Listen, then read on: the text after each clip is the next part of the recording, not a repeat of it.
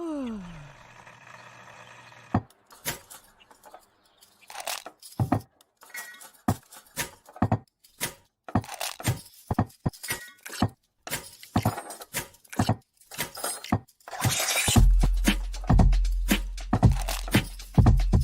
morning.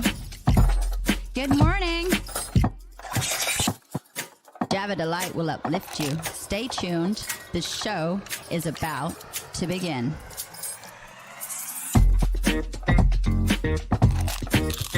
Grab your coffee. Stay tuned. This show is about to begin.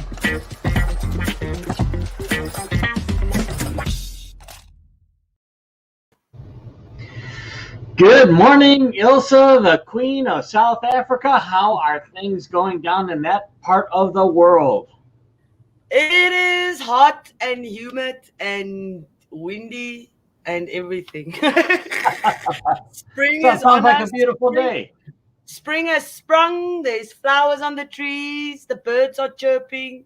The haridas are sleeping because they're not making any noise today.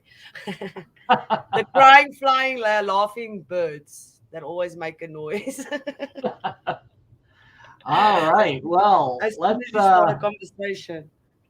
We're going to start off the show today a little bit different than we usually do. We actually are going to bring our guest on first thing in the show this morning, as we're working with a timeline so that we can get our guest on and have some time to talk with them. I think it's going to be an amazing conversation. Ilse, do you want to go ahead and read the bio? I shall do that for you. We are interviewing, is it Sunil Godse? I hope I'm pronouncing that right and not swearing at anybody.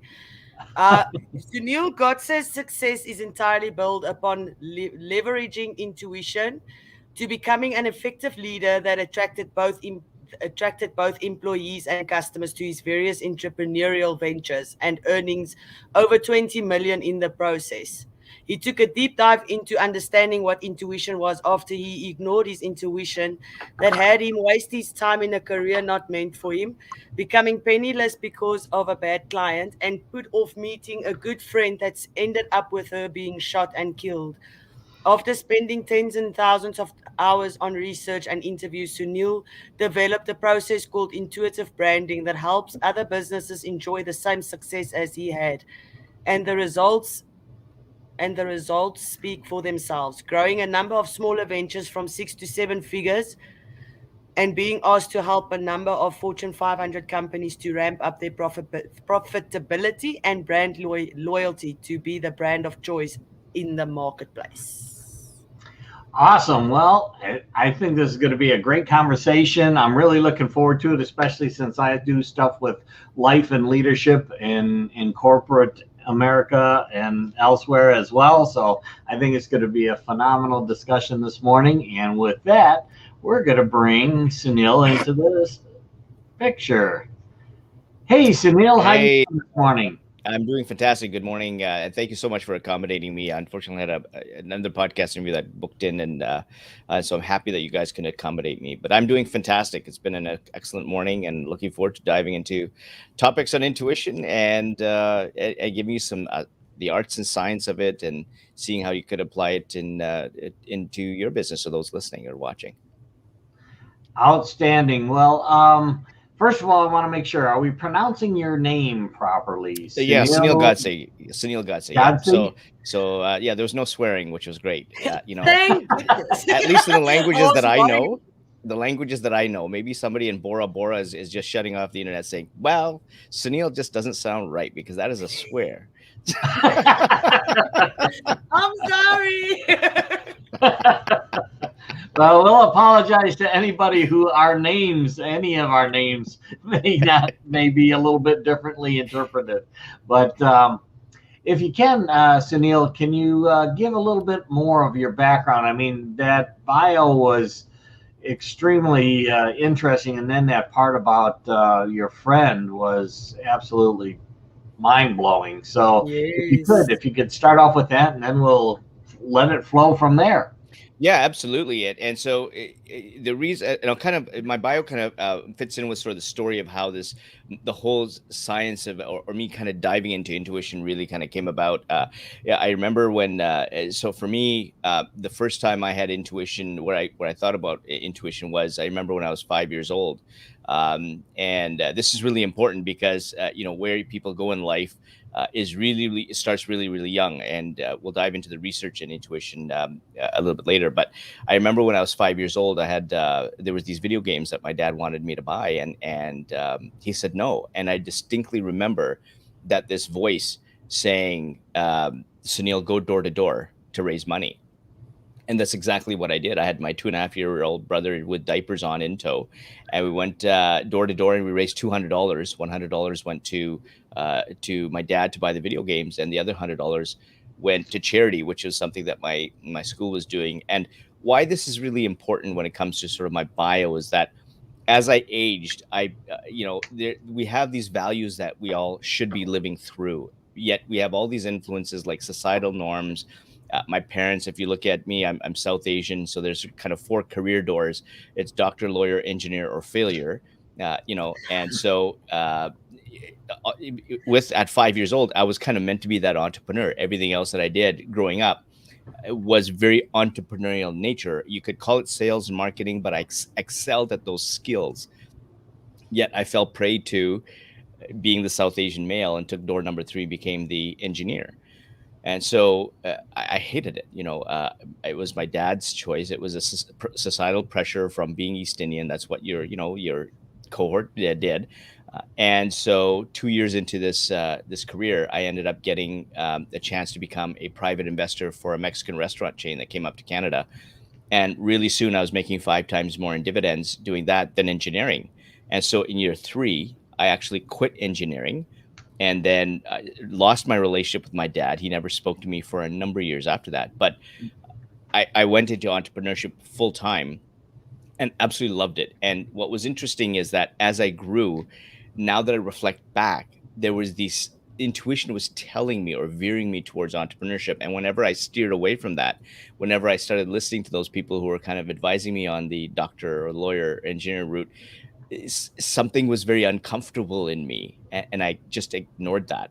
And eventually, I wasted 3 years in a career that I really didn't like. Um, in my bio, of course, I had 5 or 6 businesses, $20 million in revenues in different areas, like retail clothing, wholesale clothing, pop-up events, entertainment company, restaurants. And every single time, the underlying reason why I became successful is because there was this trust developed between my business partners, those people I hired, and the eventual customers that came on board. And the times where I kind of moved away was when that trust was gone. That's when I moved away from business, or when the business didn't do so well. So what I'm doing is I'm chalking up an inventory of things that have got me to really take a look at intuition, tying all these pieces together. And then after entrepreneurship, a number of companies had heard what I was doing, and they asked me to come and advise them. And there was one client down in Silicon Valley, huge client, lots of money, but the contract terms were changing, and I ended up saying yes because of the money, and went down there, and they didn't pay me. So I came back up to Canada with 25 cents in my bank account. And this is at a time that I was about to be married, so all my wedding the savings is gone, completely gone. Luckily, my wife was in India at the time, and she was asking me, how are things going as I'm driving back up to Canada. I said, oh, not too bad. Just going to resettle back in Canada. She had no clue that I had lost all my money, and I had no clue where I was going to be sleeping that night. So I had to figure that out on the drive back into Calgary, Canada, where I was going to eventually live. And the last one, as you mentioned, was when I was in engineering. I was approached by my friend she was actually being stalked at the time. And she said, Sunil, I really need your advice. And my intuition was telling me, meet with her that afternoon. I had nothing planned that afternoon, yet I had a bunch of engineering buddies convince me, come on, let's go for some beers. And even though my intuition was telling me, no, you need to meet with her that afternoon, I listened to these people and went for beers. And the very next day, that stalker walked up to her in a bus shelter and put a bullet through her forehead. And when I start reflecting backwards, on all these instances of when I trusted intuition and when I ignored my intuition, specifically with my friend.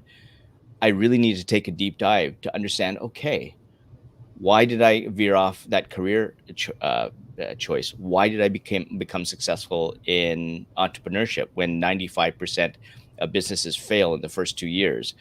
Why did I ignore? What were these things that I ignored? What was that voice? And all these questions kept bubbling up again and again to really kind of understand. Okay, so what is this thing called intuition?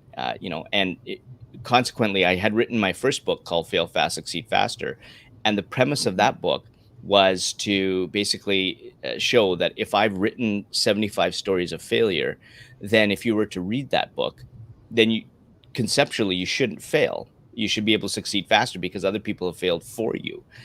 And when I used to actually go on stages around the world to speak about the book, the one question I kept getting was, Sunil, tell me the one thing that's going to make me successful. And so at that point, I used to really roll my eyes to say, well, I didn't come here with a cue card or a PDF worksheet. This is a 400-page book here filled with stories of failure. Until I went back to the audio recordings. And so when I went back to the audio recordings, 80 to 90% of the people I interviewed for the book, and there were close to 300, said some version of intuition. I ignored my intuition. I ignored my gut. I knew what the right decision was, something to that effect. So yet again, intuition pops up for me in my life to say, that's really interesting. This intuition is really responsible for the difference between success and failure in business. I think I got to really take a deeper dive into this. And so I had no clue if there was any kind of research in this, because when I looked at the research at the time, I go onto Google and type in intuition, and what you got was all these things about manifestation and voices from God. And that's fantastic. If you absolutely think that that's what intuition is, no problem whatsoever. But for me, coming from that sort of engineering background, I need to have something that's attached to a bit of research to see if there's anything out there. And I went out to reach out to a buddy of mine who's a neurologist. And I wasn't expecting much. I was just saying, does intuition exist? And I was just really kind of anxious to see what he was going to say. I turn on the cameras and he says, it absolutely exists. There's a lot more and more neuroscience research is coming to show that it actually happens much earlier than we think about where intuition was or is, or much earlier than we make a decision or take an action. And he uses it with his patients. And so that's when I started to take a deep dive into understanding intuition and really asking myself, okay, if Dr. Rathbone, who's the neurologist, is saying that there's this research, where is it? And so I went to an academic database. This is a bit of a long answer to your question about my background, so I apologize. No. And I went to an academic database, typed the word intuition, and I'm thinking maybe 15, 16 articles, 53,000 articles since 1990, 2/3 on business, 2/3 on relationships and intuition. And I'm just like, oh my God, there's the holy grail here. And so when I looked at some of the research, when I was 5 years old, I had intuition. So I'm thinking, are we born with it? And so there was this research paper that showed that infants as young as 2 months old have shown to have intuitive tendencies, or they call it intuitive physics in this paper. And so if we look at the subconscious area of the brain like a library, a couple of papers said that your intuition resolves in the subconscious area of your brain. And so if your brain is like an iceberg, 90% below water is the library of information that you put in, where intuition starts putting information. The conscious part is the 10%. And a couple of research papers showed that intuition actually happens between 7 to 10 seconds before we actually take an action or make a decision. These are MRIs that were done on people, and there's new neuroscience research coming out of, I believe, the University of Toronto that's showing that that's as early as 23 seconds before we actually make a decision, your intuition hits you.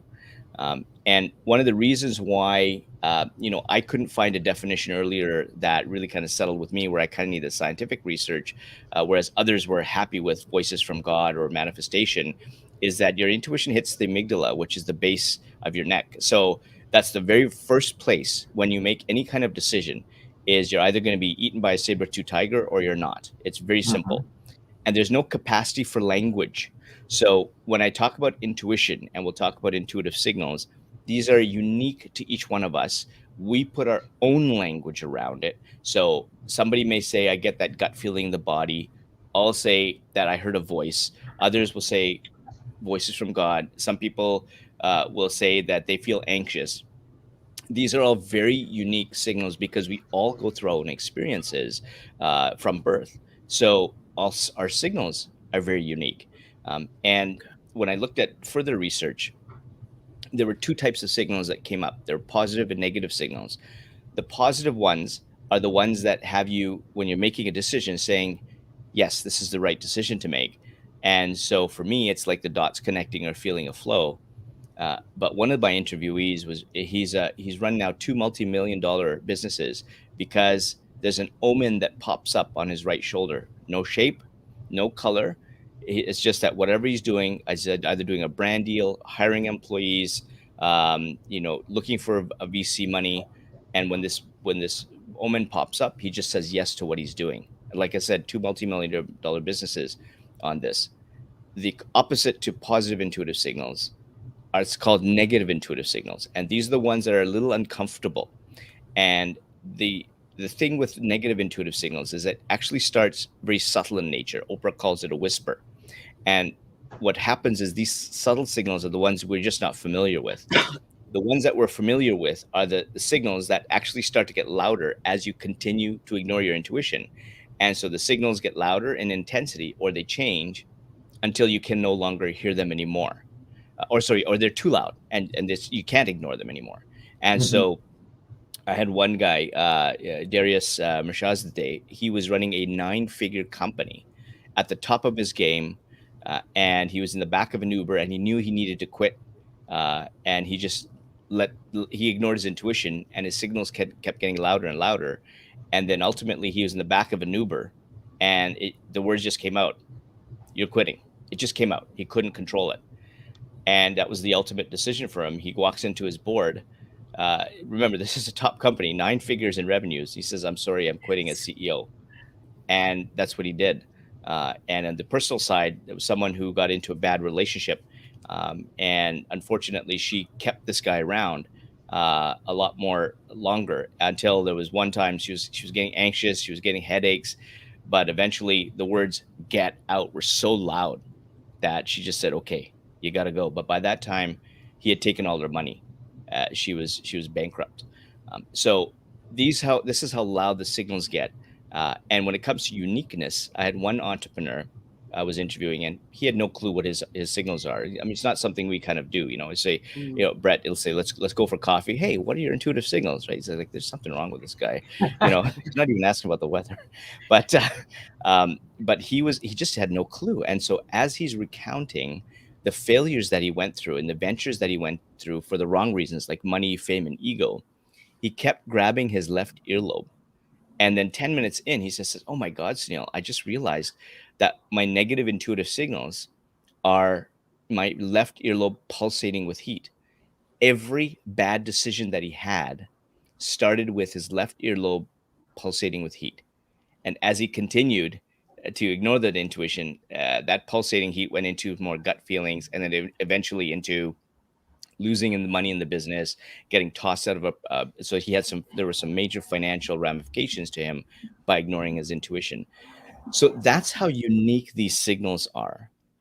And there's a lot more research. The further research I did was that there's actually 4 types of intuition that all work together to feed these signals. And the best way that I can showcase this is through a case study where I took a non-believer to a complete believer of intuition in 1 hour. So this is a buddy of mine who is a very successful investment banker, and he was one of my very first interviewees for my Intuitionology project. And I said, "Listen, John," his name is John Rothschild, I want to interview you on intuition. Now, as an investment banker, it's just all about spreadsheets. It's all about data. So when I talked to him about intuition, he said, "Sunil, that doesn't exist, right? I don't know what you're talking about. And I have no clue what we're going to talk about. But anyways, you know what? I'll give you an hour. Come down. We'll have a coffee and we'll talk about this, whatever, intuition, and we'll catch up for the rest of the time, because I'm not sure what I can help you with." So I'm driving down to see him, and I'm thinking, oh my God, this is going to be a long interview. So we sit down, and I turn on the cameras, and I'm telling him about the CEO that sees omens and the left earlobe, and I'm telling him all these aspects of intuition. And he says, Sunil, look, okay, I would like to shake that guy's hand who sees omens and manifestations. Like, I just don't get it. And I said, he's saying, frankly, any decision you make is based on learning and experience. And so now I start the journey of educating him. One of the 4 types of intuition is called experiential intuition. And experiential intuition takes that library I was telling you about in the subconscious area of the brain. So you have to remember, when you're born, 5,000 to 6,000 instances a day. And when you're older, 28 to 35,000 instances a day go into that subconscious area of brain. So when you make a decision today, you've got billions and billions and billions of data points as patterns to draw from. And so when you get a negative signal, it's going to say, Sunil, somewhere in the past, you made a decision like that. It didn't work out for you. Why are you making a decision again that same way? I'm going to send you a negative signal, and I'll make it subtle. And the converse is true. Let's say, Brandon Ilse, you're making a decision that's the right one. And it's going to say, absolutely great decision, because in the past you made that decision, or somebody made that decision, and it really worked out. So here's a positive signal to say that's the right decision. And that happens, by the way, in 33 milliseconds. 33 milliseconds. Wow. That's how quick it is. And so this is not where your intuition is going, let me see here. And it's like, bam, bam. Your intuition already knows. It's what you do, which is the problem. And so I'm telling him about this data and experience. And I say, sometimes, John, your intuition has you go against the data. And he goes, Sunil, that's really interesting that you say that, because I have an example of that. And I said, well, please tell me. So John was in the business of putting franchise locations in. And so like a McDonald's or, Burger King, Wendy's, those kind of things. And so if you looked at a location, his team would go in and take a look at metrics like demographics, development in the area, and traffic patterns. And a 9 out of 10 meant that they would put a franchise location there. There was this one location in this horrible area of Toronto, Canada, and it came up as a 5.5 out of 10 for his team. But John went there and walked to that area. And this is now we're getting to the second of the 4, called situational intuition. This is where you kind of walk into a situation kind of going, something's wrong, or something's right. That's situational intuition. Everyone has gone through that. Yeah. So he walks into this area and he's looking around and he says, something is telling me. And now he's saying perhaps intuition. I'm not sure. He's still not convinced. But something's telling me that we need to put that a location here. He goes against his team's advice. And that location ends up being one of the most successful brands, called the Beer Market, under his whole portfolio of brands he ever had. So now John's kind of getting it. And at some point in his career, John's purpose changes. He says, I no longer want to be on the sidelines. I want to actually run a business. And so now we're going to get into the third of the 4, called relational intuition. What relational intuition does is that it allows people, your intuition filters through people who really care about your success, and filters out the people who don't give 2 hoots about you. They want to hear themselves, or they want to give their advice, and they don't care about what you want. Similar to, my father giving me advice when I was going into engineering. So all of the people concerned about money, fame, ego, high-end restaurants, private jets, limousines, all of them told John, you are nuts. But only one person ever just asked him the question, why? And that was his wife. Right. And so his wife asked, John, why do you want to do this?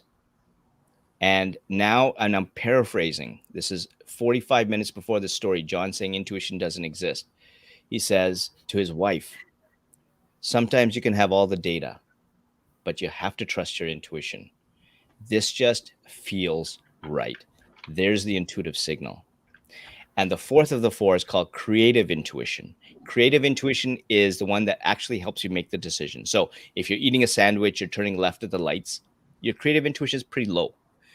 But if you're making a decision like John is about going away from a career where he was probably making $3 to $4 million a year, his creative intuition is to run a restaurant and start from scratch. His creative intuition is high. And now you would also think that because of John's background experience, that his intuition would select a restaurant or a business that had, fantastic revenues, good cash flow, healthy balance sheet. Not his intuition. His intuition says, John, I have a special gift for you. You're going to run this tiny, bankrupt little restaurant. And so he does, because he trusts his intuition. It just feels right. And John's now telling me he walked into that one location, this tiny bankrupt restaurant, which was called Eastside Mario's location. And that was his first location. He grew that to over 1,000 locations under different brand names. And in 20 years, he grew that to a $2 billion behemoth, all because it felt right. Intuition. That's the power of intuition in business. That is amazing. That is amazing. So I saw on your website you said something about how to eliminate your competition. Can you tell our viewers how to do that? Because it says like something in 14 minutes. Is it 14 something like that? seconds. 14 So seconds. 14 seconds. Absolutely. 14 seconds. Absolutely. So I really want to know about that. Absolutely. So one of the things, the way to succeed in any business is about the relationships that you have with the people around you. And so for those, everybody's been through this. You've actually worked for a boss that you love to work for, or you didn't. You didn't really like the boss, the supervisor, and you left. Same thing with when your own purchasing habits. What are the values of the company that you're buying from? Do you like those values? Do you support those values? If you don't, you take your purchases elsewhere. If you do support them, you actually you come to them. Just like when Nike stood up during that whole the whole political episode with taking the knee and on with the knee on the ground with the athletes. Nike stood behind that. And of course, everybody's going to sneer at them, but their sales actually went up by 30%. And they gained a whole bunch of new customers because those values resonated with customers so much so that their stock price actually went up, that their sales actually went up when the pundits were saying, this is horrible, you shouldn't make these political statements. But it was their values that mattered. And so when you have these values, when you have leadership that truly cares about the people, that makes the investment in their creativity, respects the fact that they're going to fail, actually it leads them to give them opportunities to develop and really care about their opinion, you have a culture that gets embraced with such strength. And that's based on that trust. And that trust is developed by intuition. That trust happens in as little as 33 milliseconds, as I was telling you earlier. Remember, the trust is here. The amygdala comes in saying, is this a saber-toothed tiger, or is this a business I don't like, or is this a company I want to work for or not? And it's that first 33 milliseconds that makes that decision. And by the time they exchange money, time, or effort, that happens in under 14 seconds. Remember, these are experiments that have been done with MRIs that have gauged this. And so when you run a business on trust and with purpose as leaders, then the top talent are going to stay, which means that they produce more.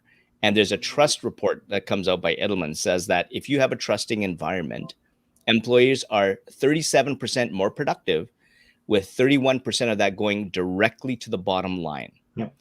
You start attracting talent from other companies. And then you've got people saying, oh, this is a great company. I love their values. I love what they stand for. I'm going to start buying from them.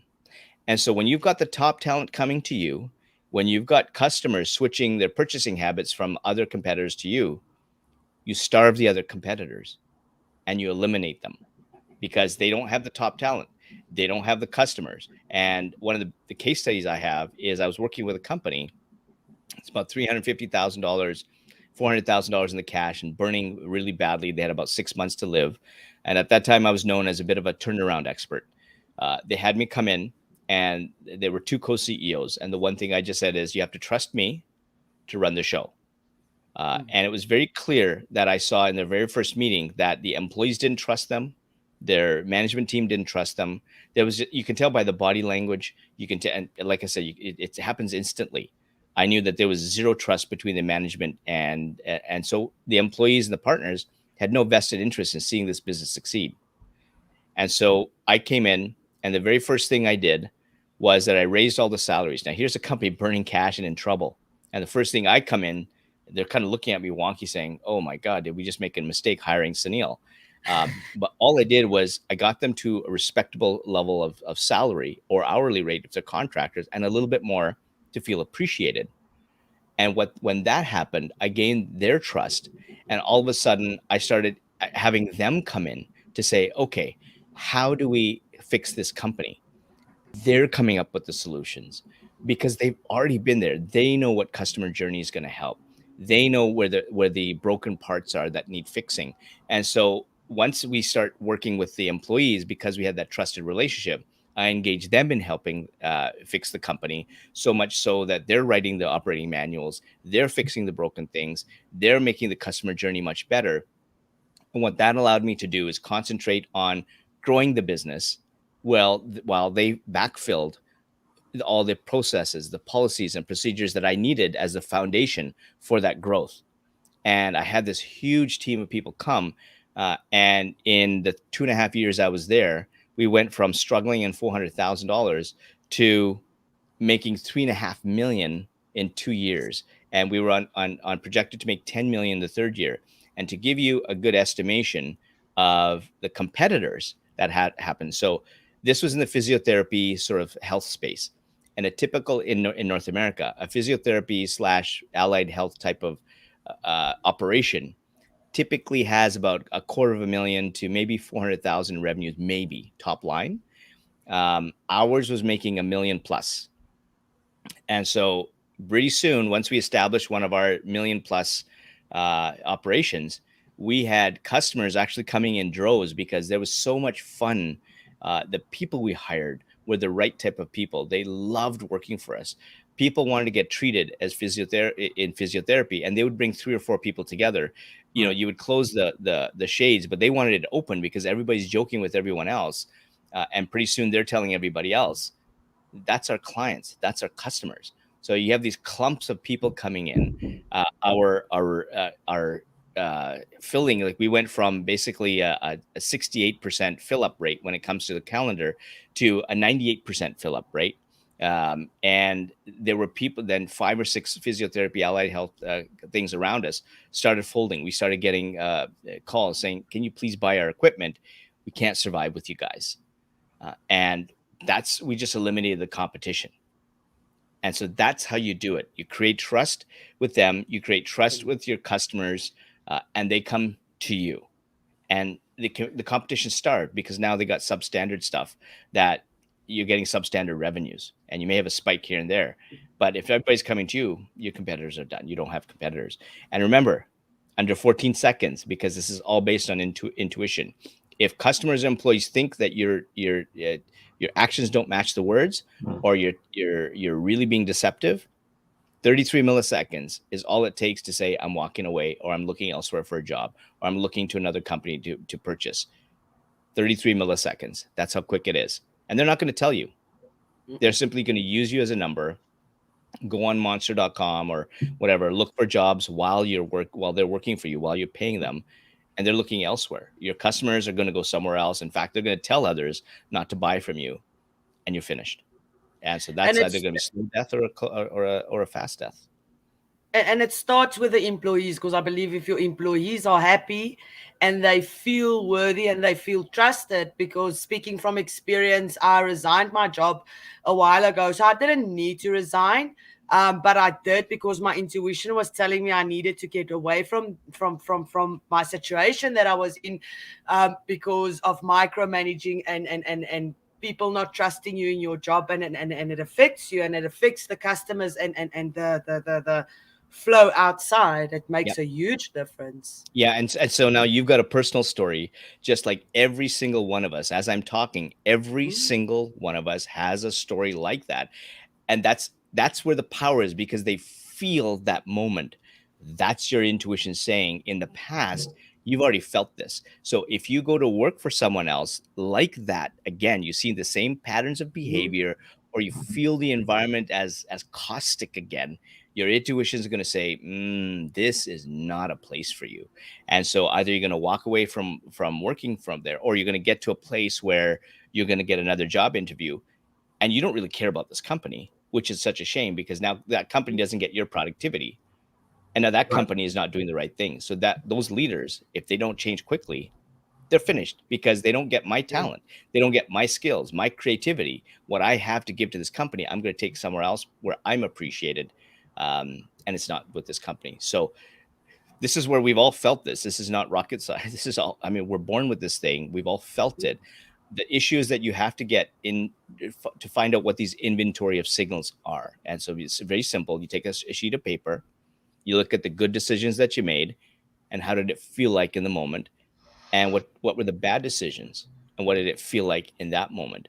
And especially with the bad ones, you have to make sure that you're going back to see what was the original bad moment. Because if we make the mistake of thinking, let's say we all share a gut feeling, and Ilse and Brett, let's say for you guys, that gut feeling is a signal number one. And let's say I'm very lazy and I just don't want to do the work, and say, yeah, it's signal number one for me, but it's actually signal number three.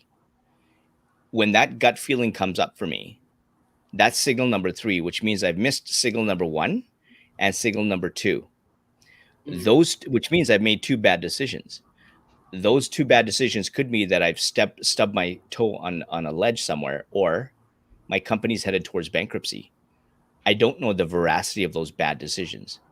And the problem is that we don't take the time to figure out what these inventory of signals are, because we're waiting for that gut feeling, or unfortunately, we're waiting for rock bottom to happen, which is when most of the people I interview for my podcast series start to trust their intuition, because they have nowhere else to go but up. And they finally realize that their intuition was there all the time. They're so focused on the way down that they forgot to look up to see these signals, which are ropes helping them to get out of those situations. But when they hit rock bottom, the ropes are still there. So those intuitive signals never, ever leave you from birth. You just have to recognize them. And there's going to be fear, right? I mean, remember, you're going to be eaten by a saber-tooth tiger or not, right? It's one or the other. And when you're not, the big thing is fear of failure, fear of change, fear of the unknown. But when you face fear, and it's associated with a positive intuitive signal because you've done your homework, that's good fear. That means that it's going to open up the doors of opportunity for you. And a great case study I have is that there's a fellow, David Dame, who was in a wheelchair all his life because of cerebral palsy. His dream was to actually walk in the water on a beach. And he's been to a beach several times, but he would keep his wheelchair away from the beach. And his intuition got so strong one time, saying, you got to do it. He said, okay, I'm finally going to do it. So his wife and his friends wheel him up to the edge where the water meets the sand. And he stands up, and his biggest fear happens because he falls flat on his face in the water. And so his immediate thoughts are, I'm embarrassed. What are people going to think? Boy, do I look like a fool. And he said, Sunil, I have two things I can do in this exact moment. I can succumb to that fear, or I can listen to my intuition, which is actually telling him, come on, Dave, you can take a step in the water. Come on, Dave, you can take a next one, and you can take another one. Come on, Dave. And so he listens to his intuition, his new intuitive signals that are telling him to keep walking. And he puts one foot in front of the other. And he was saying, I could have regretted not living my dream by facing by succumbing to that fear. I'm right here. I can turn that dream into a reality right now. And so he decides to do that. And he keeps walking more and more into the water until the water gets up to his chin level. And then he turns around and he said, boy, I had no clue how far I had come. And so when you trust your intuitive signals to walk through that fear and run your businesses knowing that this is the right way to go, you have no clue how far you get to go, because you're actually living in the present moment.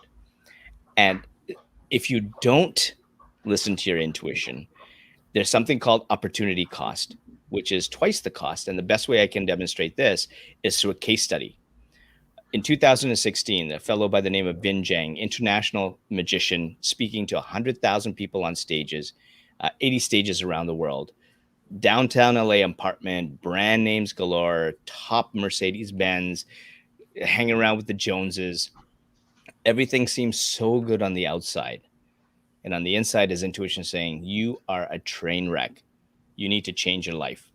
And he finally realizes that he needs to listen to his intuition. And he tells his wife, I got to fix this.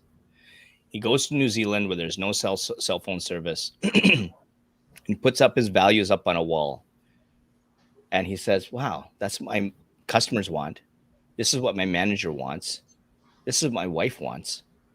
Where am I? And so he takes all those values down and he puts them up. And this is very important for business leaders because they need to live through their values. So he puts up his values. And what he thought was a cathartic, a really enlightening process, he says was scary because these values were haunting. They were staring back at him. And for the first time in his life ever, he's given himself permission to live to be Vin Jiang, not anybody else's version of Vin. And so he goes back, comes back renewed and says, I'm going to start my career again as an international magician, international speaker. And he falls back to the same old habits, same old people, same extrinsic reward, extrinsic motivation, ego. And 6 months go by, and then his mother comes up, his family comes up from Australia, and his mom pulls him aside, and he says there's a saying in Vietnamese that when you hang around squid, you're going to get some ink on you. And she says, you've got so much ink on you. This is not my boy. That moment, 6 months later, he decides to ditch the BMW or the Mercedes to get the minivan, sell his downtown LA apartment, move out to the suburbs. He shuts out everybody, these false friends, gone. And he even said, if I have to tell my wife I don't love her anymore, I will tell her I don't love her anymore because it wasn't true to me. Now, unfortunately, that wasn't the case. But one of the things that I told him, this is where the opportunity cost comes in, is that, Vin, you lost 6 months of your life by ignoring your intuition. But you've also lost another 6 months of your life because you didn't trust your intuition. And so you actually lost a full year of your life. And if you're in the business of helping 100,000 people a year improve their lives, how many people did you leave behind? How many people did you not help? And he said, I've never, ever thought about it that way. So that's what happens when you make the decision to ignore your intuition. The cost to you is double. And so when it comes to businesses where you have the opportunity to look inside you, to figure out what these intuitive signals are, learn about what I call intuitive branding, to track those employees, to track those customers, and eliminate your competition under 14 seconds, the cost to you is double. And you might as well just close the doors because your competitor is going to be looking to do that themselves. So what are you waiting for? Absolutely. I think that, everything that you're saying there is actually something that people, as you've mentioned, have experienced multiple times really during your life. And I'm one who spent most of my life, again, in my head. Logically, I've been very successful. But really, when I come down to thinking about things like I was in the military and in corporate America, and I was successful at implementing big, large projects. And I say, well, that was my ability to see not 2 or 3 steps ahead, but 9 or 10 steps ahead. Yes. And that's when your gut, your intuition is coming in and you're saying, oh, I can see or anticipate something is happening there. That's not your logic because there's no data yet to be able to show that. It's inside you're saying, I see a train wreck coming. And before I see the light of that train, I'm going to get out of the track, or I'm going to get on the track so that I can go forward before the train gets there. But, it's one of those things that we are taught in our factory schools for the most part to avoid. We do not talk about and teach the creative nature, the intuition, those things that are really life skills that are there from almost the beginning, as you mentioned, that we are taught out of us, especially in the Western world. They're taught out of us, and to not agree or to go along with those. And that's where we really start to run into challenges with internal trust, our own trust, our integrity, where we lose the trust of others around us because we're not congruent. Like you were saying, the values that you have were placed upon you through your training, your parents, your social groups, but your real values may be different. And your subconscious understands that, and you're not congruent, which creates stress in your life. Absolutely. Absolutely.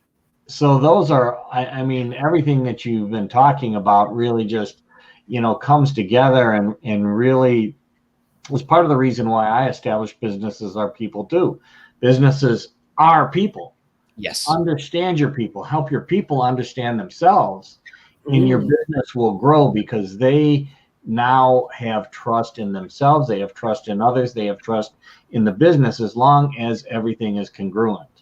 And when it is, they move forward, like you were talking about, in magnitudes larger way than they would have if they were struggling along trying to figure out, is that person really telling me the truth? Am I really telling myself the truth? Correct. And is the business really telling us what they're, are they in it for the money, or are they in it to help? Yeah, and these are excellent questions, and unfortunately, what happens is we seem to move towards the logic or the data, or it's just done that way, and we somehow find it hard to have these real conversations. Yet the millennial generation, those people who you will be hiring, are the ones looking for purpose. These are the ones looking for balanced life. These are not the ones looking for 80 to 100 hours a week. You want somebody to appreciate them. And so they kind of get it. And it's unfortunate that there's a whole bunch that don't, right? Because we seem to think that, or we've got the concept versus the reality. The concept is, oh, great. Yes, we got to have this conversation. I'm listening to this podcast, and it's fantastic. We're nodding our heads. Yet when we go into the office doors, somehow we shut that out. And so this was one of the questions actually posed to me in a podcast interview. And the question was, do you think CEOs, somehow forget to be empathetic? Right. And we have to be careful with empathy. It's not all kumbaya, huggy. Empathy just means have some respect for the other people and get to know them, have a beer or a coffee with them. And I said, well, if that CEO or management team member has a family or has friends where they go for coffees or beers or whatever, the beverage or meals, they're being empathetic with other people. Why does a swinging door getting shut have to shut that out? So they have empathy. It has nothing to do with the door that they happen to walk in. And so everybody has this empathetic skill to them that they just have to apply to employees. And we have to get out of that old mindset of we can't do that, or somehow it's too vulnerable, makes us feel weak. Well, guess what? The people that want to work for you are looking to that. And if you think that that's going to be weak or vulnerable or what have you, you've got a lot to work on yourself, and you might as well close the doors, because eventually, nobody's going to want to work for you. And do you want that regret? Like, why do you want to regret that when you're 65 or 70? Don't regret today, right? Don't accumulate your regrets till later. And then I shoulda, coulda, woulda. Doesn't work. Doesn't help. What kind of life do you want to lead? Exactly. I mean, in my career, I've changed jobs literally 8 to 10 times. And each time was because I no longer felt congruent in terms of the direction that the company was going. I was with companies like UPS. I was with companies, especially like PricewaterhouseCoopers. Man, I tell you, they were so focused on money that they wanted you to stay there and continue to be consulting, but there was no real value you were providing to the client because the client had a different business direction. And I was like, I can't live in that environment because it's creating tremendous stress in me. And those are the types of things, like you talk about entrepreneurs, and And I look at it as you want to bring that entrepreneurial spirit into your business. Sure. And, Yes. and oftentimes the small business owners or people are like, I'm an entrepreneur. Well, guess what? Once you build an organization, your people may or may not be entrepreneurial in spirit, especially if you don't encourage it. Yes. And that's where you bring the intrapreneurial spirit into your company, Yes. and you grow from there. And any entrepreneur that starts to grow, they're going to become a company. That structure that you say you'd never wanted to live in, well, you're going to have to create something that is also going to encourage your people. And I think it comes from your gut. Absolutely. To create that, as opposed from your brain and putting together all the org charts and all that crap, which tends to just get people confused anyhow. Absolutely. And when you talk about intuition, remember, it's the amygdala. It's the very, very first signal you get. And so if you're waiting for all the logic of the data, that comes much, much later, because your neurons haven't even gotten there yet. So your intuition is triggered initially. And if you ignore that, yes, you can get to the data, but now you're working on something that's non-intuitive, and then you're finished. It's a matter of time.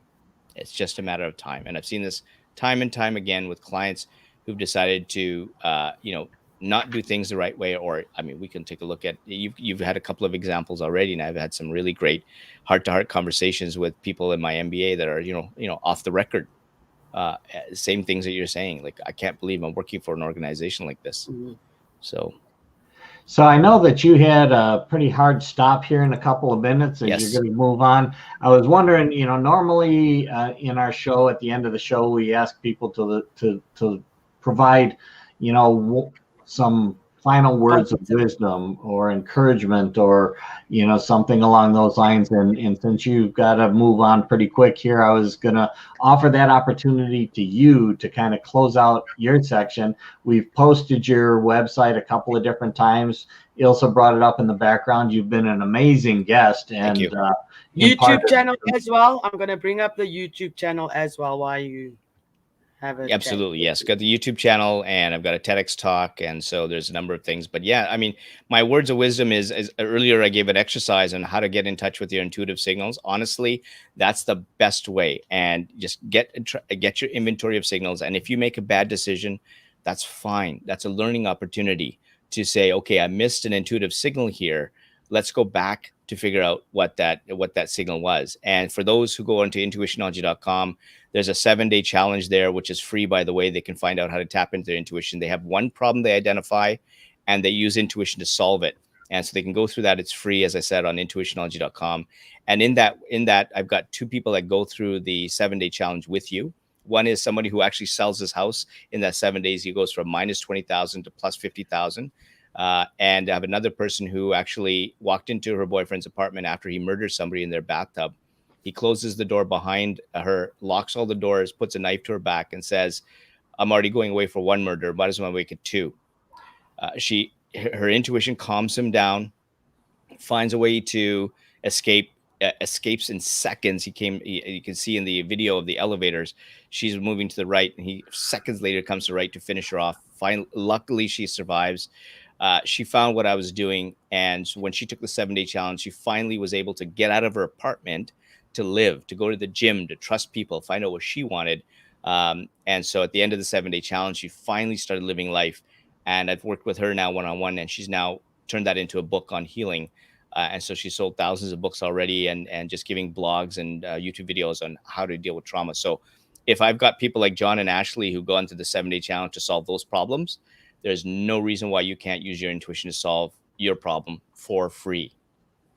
Absolutely. Well, Amen. Thank you so much, Sunil. Really appreciate you being on the show and everything that you had. Well, love to have you back in the future. Absolutely. At some time. I know you've got to go and want to respect your time, and just say thank you so much from the bottom of our hearts. And Ilse, anything closing from your perspective for Sunil? I just want to say that I really, and I'm speaking for myself, I hope everybody falls in line. I would really love to interview some of your especially that lady. Absolutely, yeah. With the knife, I think there's a lot of women go through abuse that don't know how to use their intuition and everything. So that's all I want to ask. And then I just want to say thank you so much for your nugget of knowledge that you have imparted on us. I think a lot of people can resonate with your message and your product and what you're giving to the I guys. appreciate So I that. really appreciate it. Thank you so much. Go No slay. problem. Hi, No problem. No Sunil. problem. Have a great next show, Thank you. and we will be in contact again. And again, thank you so much. In the meantime, we're going to go to a quick cut for our sponsor. And Sunil, thanks again. Thank you. Hi, my name is Brandon, and over the past year, the Delight Cafe team and I traveled across the U.S. researching this rapidly growing industry of CBD products. What we have found throughout the industry were products that were inconsistent in dosage and used ingredients that weren't even lab tested. Products with chalky textures, bitter aftertaste, and worst of all, confusion among the CBD consumers. That's why we created Delight Cafe. A 15 milligram lab-tested, all-natural, water-soluble hemp CBD powder pack. It's odorless, colorless, and tasteless. Add it to your favorite drink of choice, wherever, whenever, on the go. Quickly find your calm, your balance, and your delight when you need it most.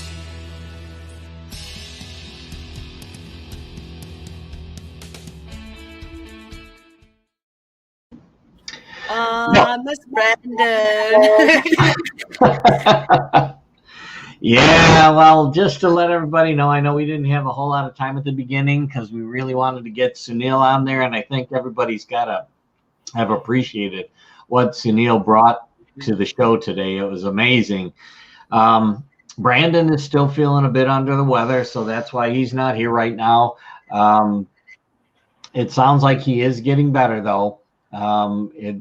Of course he is. We're sending him love and light. Yeah, exactly. What are you doing? Healing him. Of course he's feeling better. So that's why it is Ilse and I today, and hopefully Brandon will be here tomorrow. I know I'm going to be on a flight tomorrow morning at this time, so I'm not going to be able to be on the show. Otherwise, if not, I will sing the first 5 minutes, and then the show will be over in any case, so nobody has to worry about anybody to pitch up. I'll just sing the viewers away. you'll just use your intuition, and you'll come up with exactly what needs to be said for the hour. And that's like deep end. I was like, who wants to come on with me and have a chat? Talk to myself enough, thanks.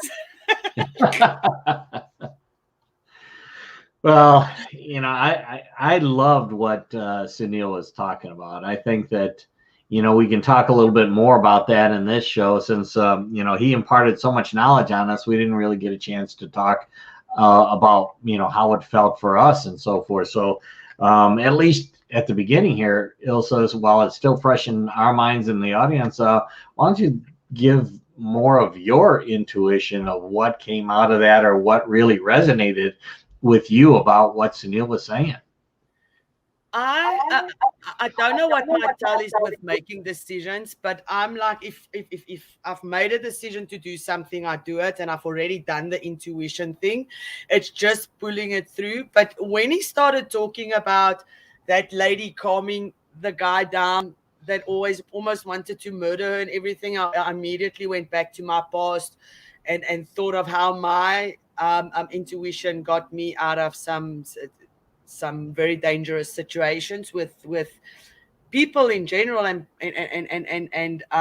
immediately my gut feeling is that stomach, that anxiety. I can't talk, and I feel nervous, and I start shaking, and I know, no, this is not where I'm supposed to be. So my intuition is like, it's like so physical, like you can literally see on my face and my body that I am not where I want to be, and then I immediately move and everything. And I mean, I think people's intuition have helped them a lot. I mean, if you take the Gabby Petito case that's going on now there by you guys, I don't know if you heard about that. I mean, that's horrible, and that officers that pulled them over. I mean, somewhere their intuition had to tell them that something is going on, and they didn't listen to that. So intuition is very, very important in work life, in your private life, in everything. Yeah, absolutely. I think Jaybird is really good in, saying, don't be afraid of the ghosts. They may be telling you something you really need to know.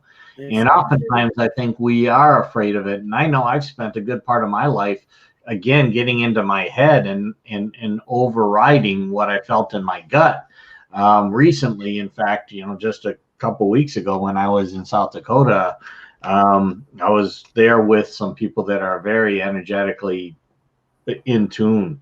And one of the women that I was with, she was saying, what is it that you feel is the right place to be right now?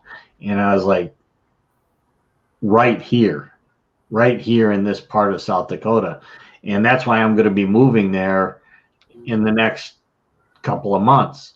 It just felt right now. From my head, I'm like, this sucks because I'm moving from a population of 2 million people and leadership there to a population of 3,500 and very limited. But what I envision, what I see, what I saw when I was there, that ghost that was kind of coming to me, the ghost of future, if you want to call it that, was saying, no, this is the place where you can establish an immersive leadership experience that you'll never be able to replicate anywhere else. And people will be drawn to come here. And that is the vision that came to my mind is I'm sitting in these mineral waters, these hot springs, and feeling this. And I'm like, now I'm trying to push my gut feeling to override my logic and say, just go for it.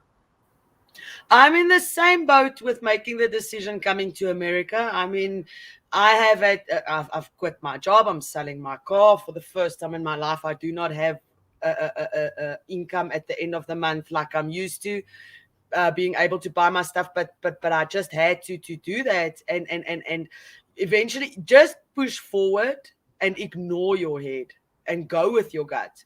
I mean, because you'll get warning signs if that is not where you'll be, and things will start getting more difficult and more difficult. Because I think if you're in the wrong, if you're going the right way, things get easier, and eventually your intuition takes over your ego, because it's your ego that's telling you this is not going to work. How can you just leave everything? It's you don't have a safety net, so it screws with your mind. It does. It's going with your intuition. Sometimes you have to override your mind, because your mind tells you, yeah, but what about this, and what about this, and what about this? And your intuition is the one that just says, just drop everything and go. And not only that, you usually have people around you going, are you crazy? How can you possibly do that? You don't have this, you don't have that. How are you going to support your kids? How do you support your family? How are you going to survive when you don't have a job and you're moving into this place and you don't know anything about it? And, there are times that people like just go, and they can find themselves in a challenging position, because in that case, I think that they were trying to say it was a feeling of intuition, but actually it was them in their brain saying, I gotta go, not really that voice from within that was saying you should go. And I think that those are some things that you really need to understand. There's that gut feel that overrides your logic, but there's oftentimes that you think so much about it that you believe it's your gut and it's not. So I think that those are some things that we have to practice in life as well. But I think if you believe strongly enough in something, and especially if it's coming from your gut, something is behind it beyond what you may logically be able to identify.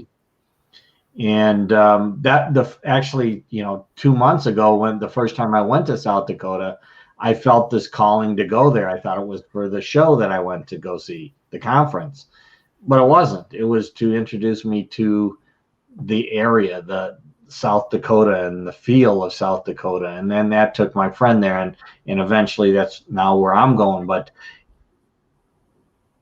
I was telling people, I'm like, financially, this doesn't make a whole lot of sense to go to this show. I'm taking, 9-10 days to do this. Doesn't make a whole lot of sense, but I feel like I need to be there. And I'm sure that's the right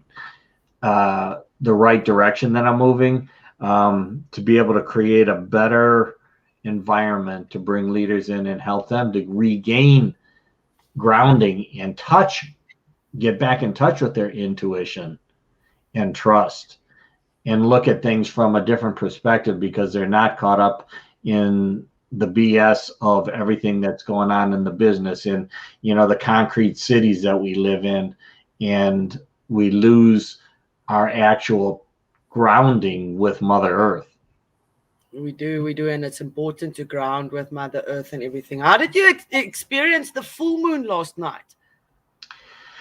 Well, it was interesting from a few different perspectives. I'm here with my girlfriend, and she definitely, understands and has more of a intuition about all of that, and in what it represents, and the shedding of things that we need to shed at that time, and the opportunities that it opens us up to. So there's that. And then I have actually one of the other women that was up, because there was a group of 8 of us that were up in South Dakota this last time. She actually went to another area in Colorado, which has very powerful hot springs. And she went there to experience what's happening tonight, the fall or autumnal, I can't pronounce that right, equinox. We've got the spring equinox. You've got the spring, we've got the autumn. Yes, ours is tomorrow. So it's one of those where she went there in order to be able to more fully be grounded at the time that this is going on, so that it channels more of that type of energy in your direction. And I think that, so often in our lives we've been told, channeling energy, what kind of crap is that? That's your flower children from Woodstock. That's all that kind of stuff. But in fact, that is, like I was saying before, we in our factory schools are taught to not think about those, or not even allow those to really come into our play. It's all about the hard skills. It's all about your ability to do, your language skills, your math skills, understanding history, and all those are I think important in a way, but we basically shut down people's creativity and people's ability, children's ability to continue to dream, to continue to vision, because oftentimes it's in our dreams that intuition is coming through to us. But I think the younger generation, as Sunil said, they don't want to work. They don't want a 9 to 5, because they see my parents worked their whole lives, and what do they have to show for it? They're stressed, they can't pay their debt, there's just issues, companies don't worry about you.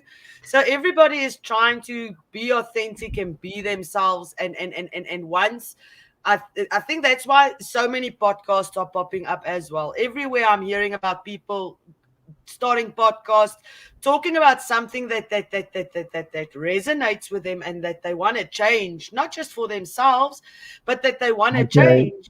Hi, Terry. That they want to change. And young people don't want to. And it's not because they're lazy. It's because they see it's not working. It's not working. Well, I think, there's a different perspective on life. Now, there's also some interesting concepts that happen with this, and that is, okay, I don't want to work an 80-hour job. I want to make $100,000 coming out of school, and I want you to pay me that now because I'm me. And in that case, you're. In my case, that's true. In that case, the expectations I think are a little bit off. But I think that the fact that there's a difference, and there's times in our lives that we do need to reevaluate our priorities. And I think that that's a big part of kind of what the millennials may be doing. You know, I think that with all the other shit that's going on in the world today, there is an awakening. I think that there's a, you know, I say that, you know, the life will never be the same again, and don't expect it to be. And But why do you want it to be the same? It didn't work. It's not working. There's well, chaos you know, everywhere. I think that the thing is, though, in people's, you know, if you go into like the 6 human needs psychology, there's a need for certainty and there's a need for variety or uncertainty. And the need for certainty in a lot of people, if not most, is very strong. So that certainty of, even though it's not maybe the best possible situation, and in a lot of cases, even in bad relationships, the need for certainty of knowing that I'm going to come home and be in a very uncomfortable, if not dangerous environment, is more important, a higher priority than the feeling of uncertainty if I don't do that, if I break away from it. And I think that that's where a lot of people come in, and, you know, they're like, you know, after we get the vaccines and everybody gets the vaccines, then you are going to go back to the way it was. And that's bullshit. It ain't going to happen. No. So we need to be comfortable and recognize that, you know, this is a world-changing event, and hopefully it's an event that we take internally, and we use that intuitive nature to decide which direction we're now going to go in this new world, in this new consciousness, in this new relationship that we're going to have with each other, which right now is being challenged. You know, there's this false belief that it's either us or them. Well, that's bullshit. There's a whole spectrum in between us and them, and that's where we really live. And that's where your intuition really comes into play. And oftentimes when you're saying, okay, it's either I'm going to get the vaccine or I'm not going to get the vaccine, it's follow your gut as opposed to what you're being told to believe. Yes, if you feel in your gut that they have done enough research and that you want to take the vaccine, then it's up to you. If your intuition says, then that's the right choice for you. But if your intuition is telling you, listen, you just hold a little bit on, then you're not gonna be in front of the queue to get any vaccination. Never mind. I mean, there's a lot of people that get cancer and they don't want the what do you call it? The medicine, the when they send you for chemo. Yes, there's a lot of people that decide, I don't want to feel like that. I don't want to fight this. I'm just going to leave it.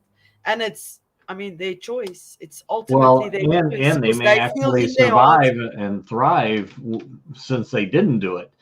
So exactly. That's where I think, you know, we really need to, you know, leverage this intuition, bring that intuition back into us. Remember when we went to school, in most cases, you're taught to follow. You're taught to see authority figures and believe what they say. Well, that's being used dramatically in politics and in different aspects of life today, including the stuff with the virus, including the stuff with the economy, including the stuff on and on and on. We have been taught from kindergarten till 12th grade or whatever, follow what you are being told. Believe everything your teacher is telling you.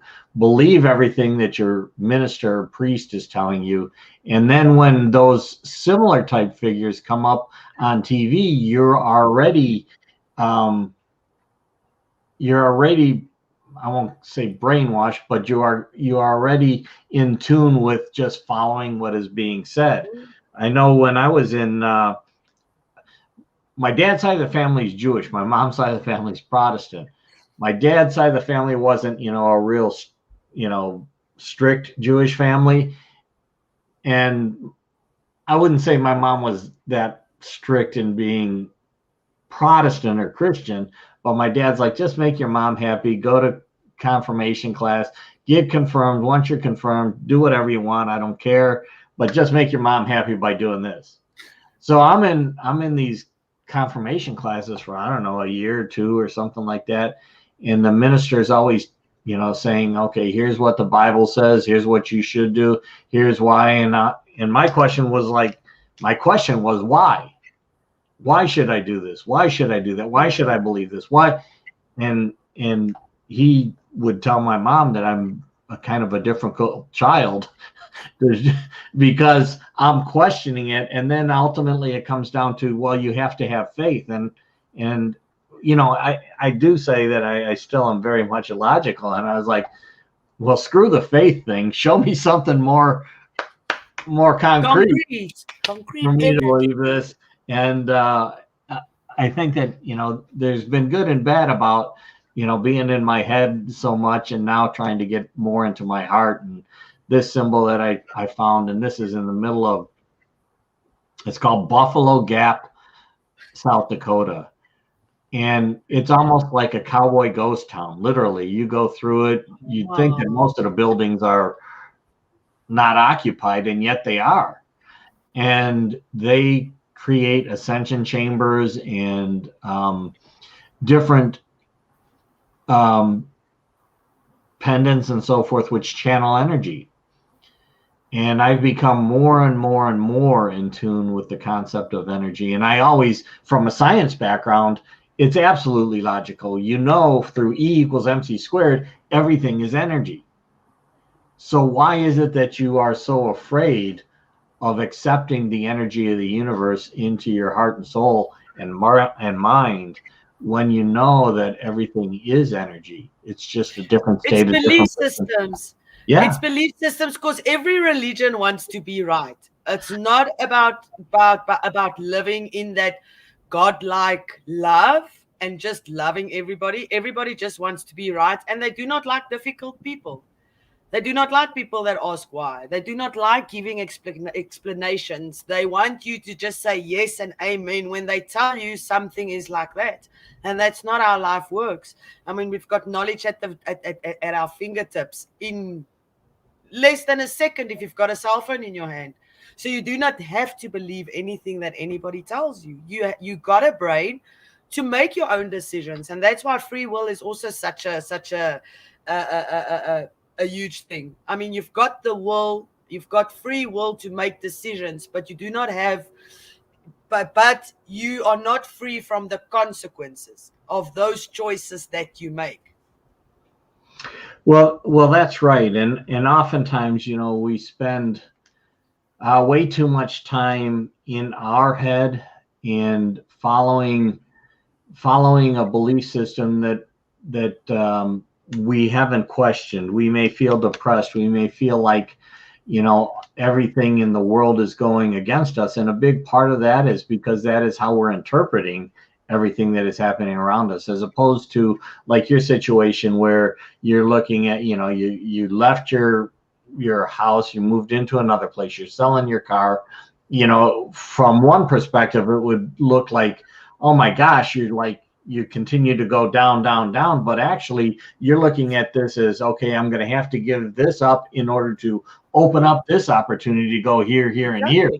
And that's kind of the challenge that we oftentimes run into in life, where things may get down to, your lowest point. I filed bankruptcy back in 2009, I think it was, which, is a very traumatic experience. But at the same time, I didn't feel the trauma the same way others did. I was like, okay, it's a business decision. I got to do it. I filed bankruptcy. Okay, now what do I do in order to pick my ass up off the floor and move forward? And I have that choice. And then I see other people that are very close to me filing bankruptcy for their second time. And it's been 10 years since the first time. And I'm like, what have you done in your life to actually open up new opportunities? Sitting behind a TV and in your bed and thinking about how bad things are didn't do a damn thing for you in terms of getting you that next opportunity. You need to get out there. You need to change your focus. You need to look at those and recognize that it's not somebody from outside that's going to make the change for you. It's your choice make that change internally? I had the same conversation with my daughter this afternoon, with my daughter and with Marty, one of our friends. And we were sitting there and we actually got onto the topic of self-pity, of victim mentality. We all have a story. We all have issues. We all have problems, and you don't have to do it alone, but you need to take the first step to say, okay, this is where my life is at. What can I do? What do I do now? Do I just let go, see how it goes, but pick myself up and work on myself and not worry about the external issues that's pushing? Because that's what I had to do. I had to trust my intuition more than the people in my life that was telling me that I can't do this. Mm-hmm. And people that I've known my whole life. And it's just, you need to make the decision. You need, it's that switch that you need to flip in your head that says, okay, right, this is now what's happening. What are we going to do? This is what I'm going to do, or this is what I can do, or this is what I can do, and figure out positive outcomes for your negative situation, because it's going to happen either way. It's going to happen either way. So you might as well just blow for the fall and wait for the lesson and the blessing coming out of that. Because sometimes when our lives go wrong, it's because things aren't right. We aren't on the right path, and we need to be shifted. And as Sunil said, if you do not listen to your intuition, it's going to keep pushing, and things are going to keep, the signs are going to keep coming up if you do not trust your intuition and yourself to make decisions in your life. And again, sometimes we get into this mindset that we believe that what's coming from here is our intuition, and it's covering up what's coming from here. And it's one of those things, like when like, I don't know, do you get a lot ice and snow? Do you have any of that down there? Probably not. No, in the mountains in Cape Town and in Durban, the Drakensberg and so much, but that's about 6 hours away from me, so not really. But like for one of the examples I use and has been used, I learned from, is that when you're driving your car and your car gets into a spin because you hit ice or water or something, and the back end of your car is spinning, you have a choice as to which direction to look. And most of the time people tend to look at the wall they're about to hit, and they're like, I don't want to hit the wall, I don't want to hit the wall. And because they're focused on it, they hit the wall. Instead, you should be saying, okay, I see the wall, but this is where I want to go. You should be guiding your car to where you want to go, not focused on where you're afraid of going. And when you do that, you are very much more likely to avoid the wall than if you're focused on the wall and like, holy shit, the wall's there, the wall's closer, it's closer, it's closer, bang, I hit it. And I remember that very consciously. Just about 6-8 months ago, I was driving down the road, and luckily I had just had new tires put on my truck, and I was driving, and there was this place in Vegas where there's like 3 stoplights all in a row. And if you're really not familiar with it, you get confused as to which stoplight might, is really the one that you should be focused on. And I'm driving, and I'm go through the one green light, and I see this other light, and I thought I had the green light, but I had the red light. And there were people turning into my lane legitimately. They had the right of way, and I'm coming at them like 30, 40 miles an hour. And I'm like, oh shit. And I'm coming, and I see this car coming, and I see myself, and I'm like, okay, start turning away. I can't hit this car, but I'm also going underneath a bridge so that there's a wall over there. I'm like, okay, well, you only got so far that you can get out of this guy's way and avoid hitting this. And it's like, okay, I see the car coming closer. I'm like, but I'm focused on going this way. And then I missed him, and I swear it could have only been about this much. And then I didn't hit the wall over there, and I came away from it. And instead of being like totally freaked out, I was like, wow, that was pretty intense and pretty interesting. But I wasn't like totally freaked out about it, because it was following the path that I wanted to go and ended up going. But if I would But have focused on that car, I would have hit him. But not just that, your intuition told you to go that way. And I had the same. The day that I had to do the first show, I jumped in my car at work and I drive and I just see this taxi, and we've got mini buses. It's like little buses, taxis that they drive. That's public transport, yeah. And it's just dead on the right. Well, because we drive on in the left hand side, but like in the right lane, fast lane, just standing still. And when I looked up, I was like, oh crap! And I just swerved to the left, swerved to the right, and I was like in and out, and it was like got home, and I was that was so close. If I hit that car, I would have been dead. But it was milliseconds, like left, right, out of the way. There you go. Nothing happened. Like 2 seconds. Yeah, and it's interesting that Jaybird said this, because actually when I was in the Air Force, one of the things that they talked about is, you need to have situational awareness, especially when I was in flying training, but it applies to life. Pay attention to everything that's going on around you. And if you're in a dive and you're just focused on the ground that's ahead of you instead of pulling the stick back to try to get lift again, if you're just focused on the ground, like you're like guaranteed that's where you're going. You have to just continue to focus on where you want to go. And granted, there's times that you still may hit the ground, but you got a hell of a lot better chance of not hitting the ground if you're not looking at the ground saying that's where I'm going to go. We are taught those things in life, but oftentimes we forget about those things. And the other thing is, just like Sunil was talking about, the amygdala and in the back of the brain, the reptile part of your brain, whatever you want to call it, your fight or flight, remembers the bad things much better than it remembers the good things or the successes. Why? Because the fight or flight is survival. So if I remember all the bad things, then I'm more in tune with it. So if another thing like that comes along, I am more likely to survive. But once I survived, it's like, okay, well, exactly how did I do it? Well, I kind of forgot about how I did it, or I don't bring that back into my, forefront.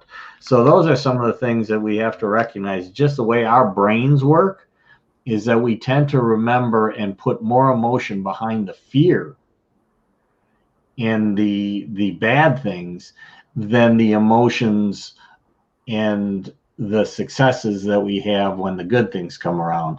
And then we say, oh, how come it's always the bad things that happen to me? Well, that's because you have on the bad things.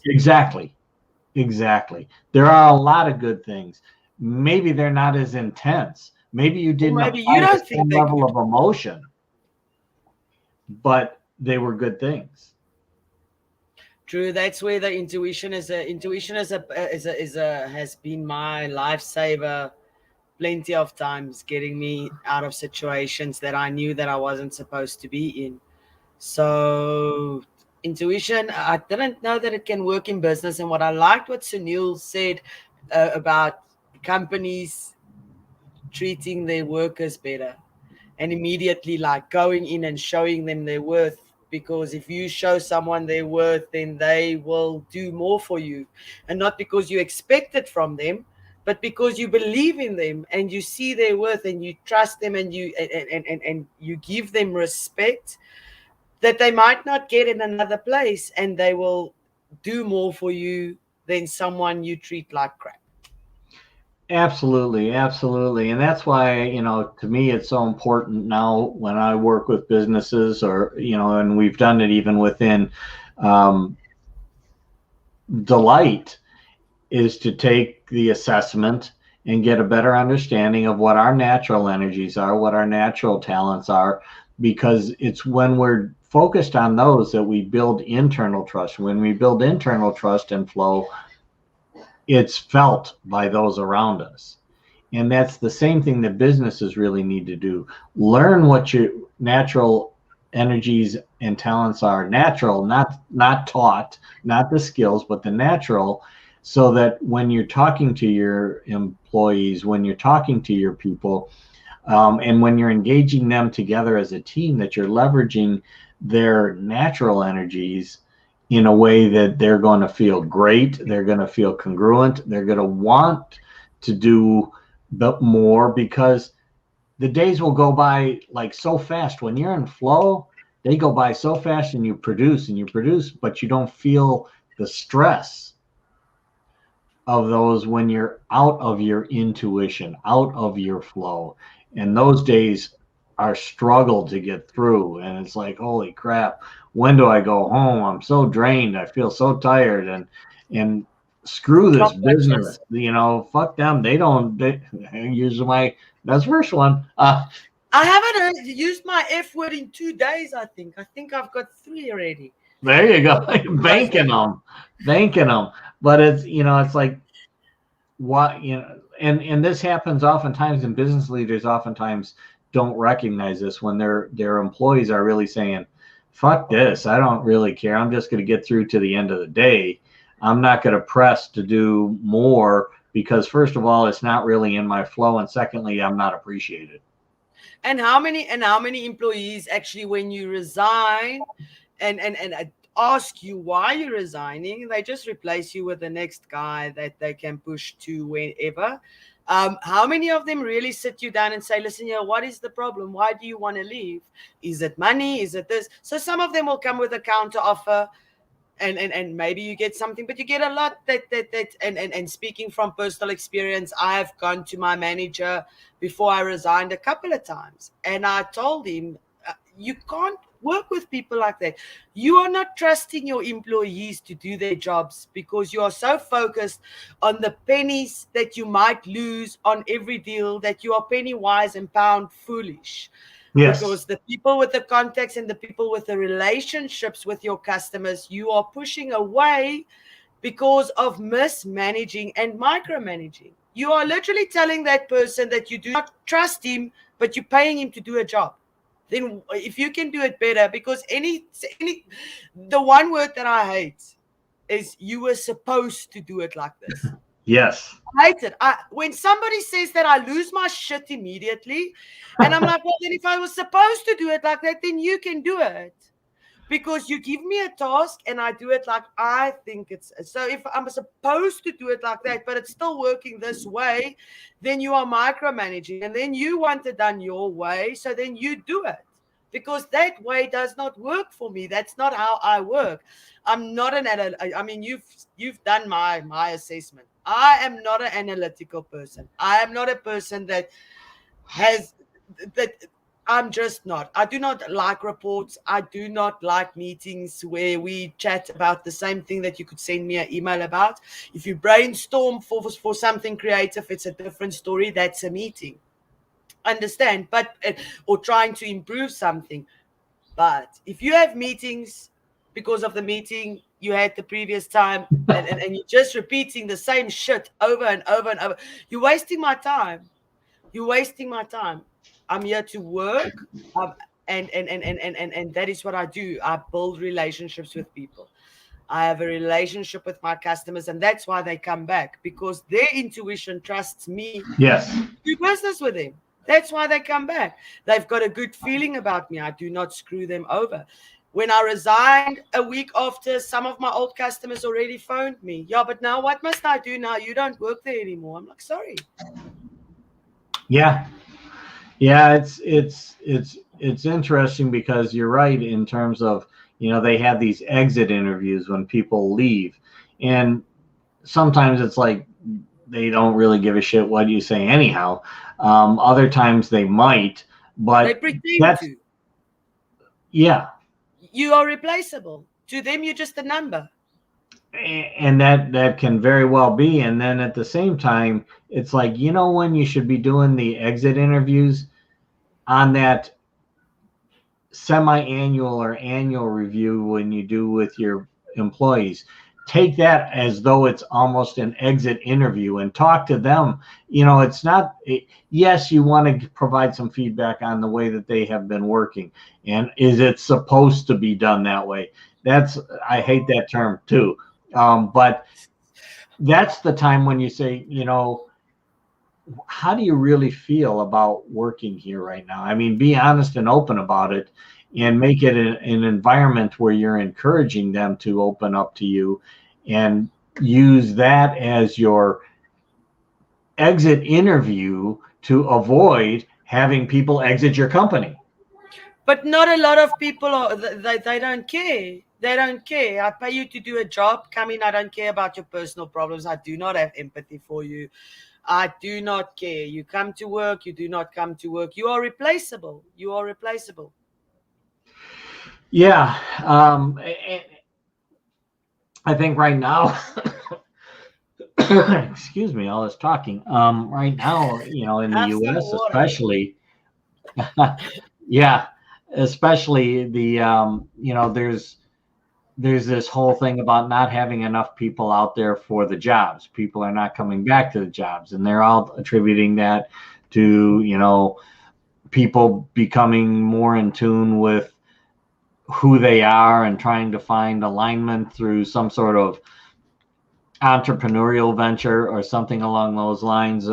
And that's all fine and dandy, but I'm going to tell you right now that most people are not going to open their own business. And of those that open, 50% close in the first year and 90% close in the first 3. So there is a workforce out there. And I think that the biggest thing, like I was mentioning before, is that you offer an opportunity for an entrepreneurial experience where people can feel that they have some control and input as to the direction of the business, rather than being told what to do and making it a mindless job, or making it my interpretation of what you should be doing in your role, as opposed to, here's what I want you to accomplish, figure out how you can do that best. And that's when you really incorporate, the intuition of those around you. And if you think your intuition can run a business, you're wrong. It is everybody around you combined. When you can get those all in tune, holy crap, the power that you have, as opposed to a bunch of individuals or just yourself trying to guide something. But I also think a lot of companies will not ask the question because they don't think they will like the answer. Well, and I think that those are the companies that are going to be, hurting in the future. Unfortunately, I think a big part of the people that don't get a job end up going to work for the government right now. And that's the mentality that our government has. It's like, it's no longer a governmental support agency for whatever they're trying to accomplish. It's more of a governmental agency to employ people that may not be employable somewhere else, or are not looking to improve themselves, so they go work for the government, and the government just keeps growing their budget. And that's what governments are built to do.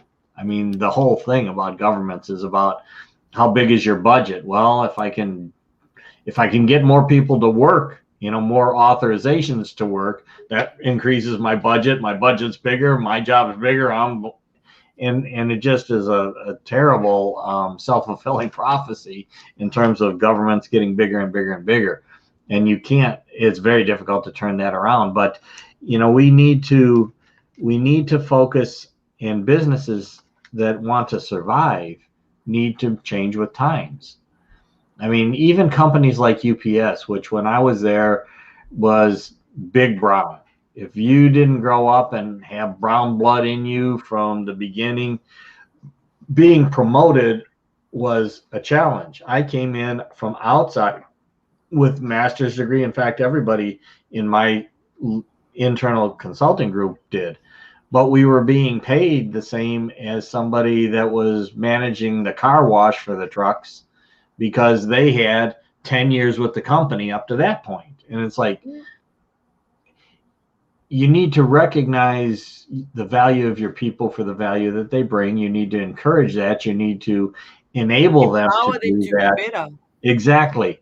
And that brings it to the company. Now, UPS has changed quite a bit in its corporate culture, because essentially they were forced to, kind of, by FedEx, because FedEx came into the world at a different time with a different mentality, and that pushed UPS into the future. Now you go to the United States Postal Service, which is pseudo-governmental.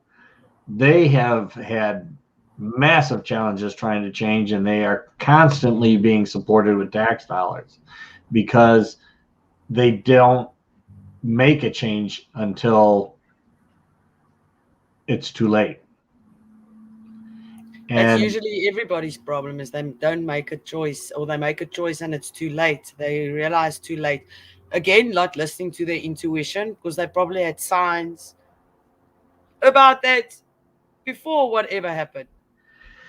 yeah, and a lot of times, we feel like, life is against us. And we get stuck behind a computer trying to find people to tell our story to get them to buy into our story, so that we can justify in ourselves why our story is the one that we should be following, instead of taking action to actually find another opportunity to get out of behind the screen, to get out of the bedroom or basement or wherever we're at, kind of sheltering, saying the world is getting tighter and tighter around us. Well, hell yeah, it is. You have moved. Get out. People don't know you're there. People are not going to come to your door and knock on your door and say, hey, we need you to come work for us. They don't even know you exist. You need to get out there, and you need to get out there in ways that are different than others, so that you can stand out and be recognized. And if you're just putting your name on, say, a job board, that ain't going to do it, because people don't. The first thing an HR person does is figure out, how can I eliminate this person? Oh, they misspelled this word, gone. Oh, the format's not the way it's supposed to be, gone. Those types of things. So it's really about really getting out and doing something. And oftentimes, when we're in a depressed state, we tend to stay in, we tend to shelter in, we tend to protect what little we still have, rather than potentially selling what little we have in order to create the opportunity we want. True. It is so true. I actually, Mandy, I've been reading your messages and everything, and I saw this on TikTok the other day, and I wrote it down. I don't know why, but I want to say this, and it's especially for you, but it's for the other people as well. It says here, a phoenix doesn't just rise out of the ashes. Before they rise out of the ashes, they set their nest on fire. So they set everything alight, so that it can burn away and new things can grow. So be a phoenix, set your nest alight. You are amazing. You are capable of everything. Why are you putting limits on yourself? Why are you telling yourself that you're not going to get out of this? It's you telling yourself this. You are telling it to yourself. And I know it's difficult. I've been there. Everything on the outside is just screaming that things are going to go wrong and things are going to flip out. And listen to your intuition. Do not listen to your ego. Please, my angel. Sorry, I just had to put that out there. No, I've been watching, and I appreciate the conversation that Sherry's been having with Mandy. Exactly. But it really is, an opportunity to change, an opportunity that we have to create for ourselves. When I was getting out of college, I went into my management teacher, and he's like, Brett, what are you going to do? And I said, well, I can do this, I can do that, I can do this, I can do that. And he says, Brett, if you're ever going to make it forward in any real direction, in any real speed and achieve, you got to start to burn bridges. So instead of having this and this and this and this and this, cut it down to this and this, and then ultimately cut it down to this. because you can't continue to split your energy across all these different maybes. You need to start to focus. And this is what they say all the time: niche for success, niche for success. Focus on something, and then you will move forward. And if you understand what your natural energies are, then you can focus on something that leads you in that direction. Like, you're a star. I mean, literally and figuratively in the model. And It's the ring light. It's not me. See, there's a light. That's why I'm shining. Yeah, but what you do is My halo. you reflect that light, and then you can shine that light on something else. And that's why you're so good at what you do when you're in sales, because you are taking your light and you're tying it to that product, whatever that product is, and then you're sharing it with others that see your light and therefore see that light. And now they have the trust in you, they have the trust in that. That's what a star does. So when you understand what your natural energies are, then you can start to really focus. It's like, are you ever going to go try to find a job where you have to sit behind a desk and just look behind a computer screen? Never in my life again will I work on a 9 to 5. Never, ever, ever. And I think that's one thing that businesses are really starting to figure out. It is not a 9 to 5 job. And in fact, with the world the way it is, 9 to 5 where you work is not 9 to 5 9 to 5 where I work is not 9 to 5 in South Africa, but I have customers in South Africa. So 9 to 5 is a bullshit paradigm that used to be based on farmers, really. The sun came up, you worked until the sun went down. Well, they worked longer than 9 to 5 hours for sure. Exactly. Sometimes, but they didn't care and didn't have to care about what was going on somewhere on the other side of the world. But we do in business today. And even if our business is not directly affected by that, there are events in the world that are likely to create that. And you know what? Some people work better at night than they work in the daytime. So let them work at night. If their job, if their job is something, or you can create a job that can enable them to do that, then that's perfect, because they're in their zone at the time that they're most productive, which is maybe not when the rest of the world in your part of the country is working, but it is going to support those. So when they wake up in the morning, all that stuff that they need for support is done and in their inbox or whatever, because you allowed somebody to work when they're most productive. Exactly. And I think COVID has shown a lot of employers which people still work, doesn't matter where they are, and which people were carried while in the office, because it's easy to look busy. But I think with the COVID, because you can't look busy in front of a boss, you actually needed to start working now and let your figures or the sales that you do speak for itself if you are doing your job. Because there wasn't any more, you have to sit at your desk and I have to see how many people you call and I have to do this and I have to do that. There was not that managing anymore as you had before the COVID, when everybody had to go to the office and you had to be in the meeting. They adapted so quickly because everybody still wanted to make money. So I think maybe that's the only good thing, or not the only good thing, but a good thing that came from COVID, that it broke down that structure and people realized I do not have to work a 9 to 5. I do not. So many belief systems have been thrown out on the things that we were brought up with. I mean, I'm turning 40, so I have seen so many things change. I mean, I remember when I was in 1991, was it 1991 when they let Nelson Mandela out of the out of jail? Was it 1991 or 1993? I'm bad at history. I'm so sorry. In the 90s, somewhere, I remember that. I remember distinctively standing in our yard, and they call it shacks.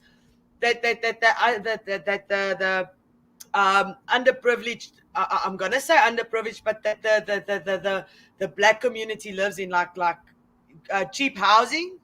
So they choose ground and they build themselves a shack and everything, and they build it on ground that they're not supposed to. So just when Nelson Mandela was 1991, thanks Mandy, when he was released, we were standing in our yard and there were people with bulldozers bulldozing over these people's houses, moving them away. I mean, they've got nowhere to go. The land doesn't belong to you. Yes, you bought it, but somewhere along the line it belonged to somewhere else, Yes. someone else. So just me living through that change and how history changed from there with apartheid and how the BEE, how they changed the rules of people employing certain ethnic groups to help them, because there was a lot of racism in companies. Yes. I mean, it was there. It was a problem. So that's why they had to change it.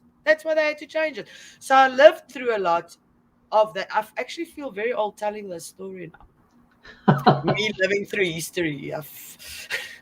But just that there is so many changes that happened, and so many things that happened from those changes, and it just keeps happening. So the only thing we can do is adapt to those changes, take the good out of it. I mean, not working a 9 to 5 for me is such a huge perk in living my life, because I'm not restricted to do what other people want me to do with my money, and then they give me like a mediocre salary. Oh, your time is worth this.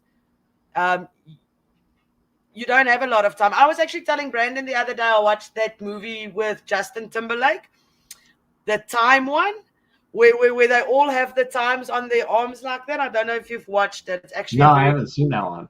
Go watch it. Search for it and watch it. It's about time. They don't get paid in money. They get paid in time.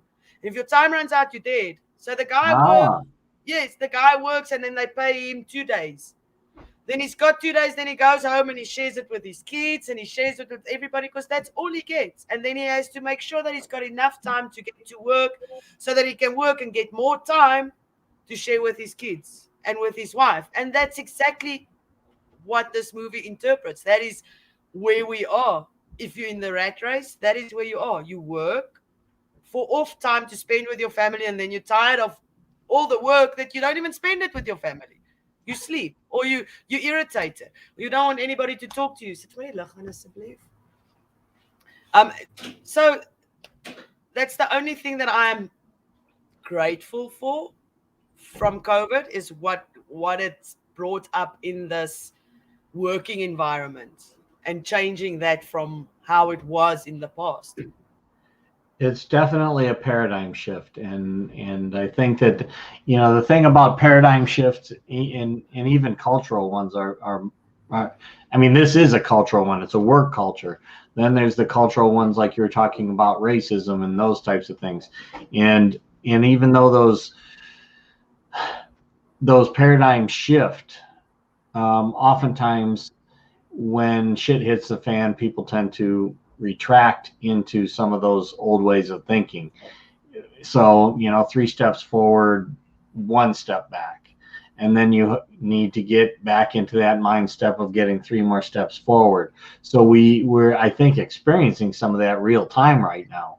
You know, we're the whole us versus them thing, regardless of whether it's red and green or black, or red or blue or black or white or whatever, is one of those things where you sometimes revert a bit because of the uncertainty that's happening around you. And then once things stabilize again, maybe you can progress further than you were the last time.